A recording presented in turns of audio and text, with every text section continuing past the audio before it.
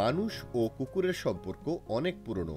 ধারণা করা হচ্ছে সেটা 10,000 বছরের বেশি পুরনো। তবে 1,500 বছর আগের পাতাগোনিয়ার এক সমাধিস্থলে নতুন এক গবেষণায় বেরিয়ে এসেছে এক আশ্চর্যকর তথ্য।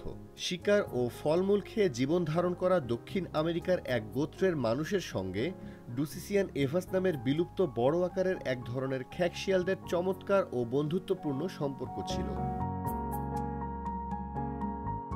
শিয়ালের দেহাবশেষের কোলাজেন নামের প্রোটিন পরীক্ষা করে জানা গেছে ওই সময় মানুষ যে খাবার খেয়েছিল শিয়ালও একই খাবার খেয়েছিল। রয়্যাল সোসাইটি ওপেন সায়েন্স নামের জার্নালে 10 এপ্রিল বিজ্ঞানীরা এসব তথ্য প্রকাশ করেন বলে জানিয়েছেন মার্কিন সংবাদ মাধ্যম CNN। এখন থেকে ২৬ লাখ বছর আগে থেকে শুরু করে ১১,৭০০ বছর পর্যন্ত ডি এভাসদের বাস ছিল পৃথিবীতে। এরা অনেকটা এখনকার জার্মান শেফার্ডের আকারের ছিল।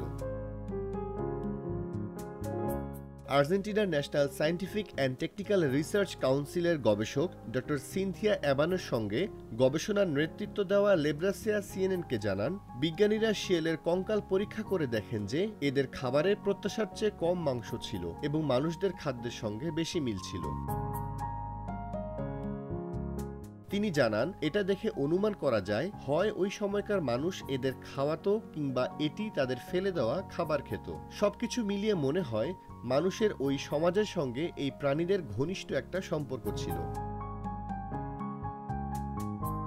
স্পেনের করুণা বিশ্ববিদ্যালয়ের বিজ্ঞানী গ্রান্দাল ডি অ্যাংলেদে CNN-কে বলেন, শিয়ালদের পোষা প্রাণী হতে কোনো বাধা নেই। আমরা জানি ভিন্ন ভিন্ন সমাজ ব্যবস্থার মানুষ প্রায়ই পোষা প্রাণী রাখত, আর এটা বিবেচনায় এনে এখন একের পর এক জায়গার খোঁজ মিলছে যেখানে শিয়াল মানুষের পোষা প্রাণী হিসেবে কাজ করত বলে ধারণা করা হচ্ছে।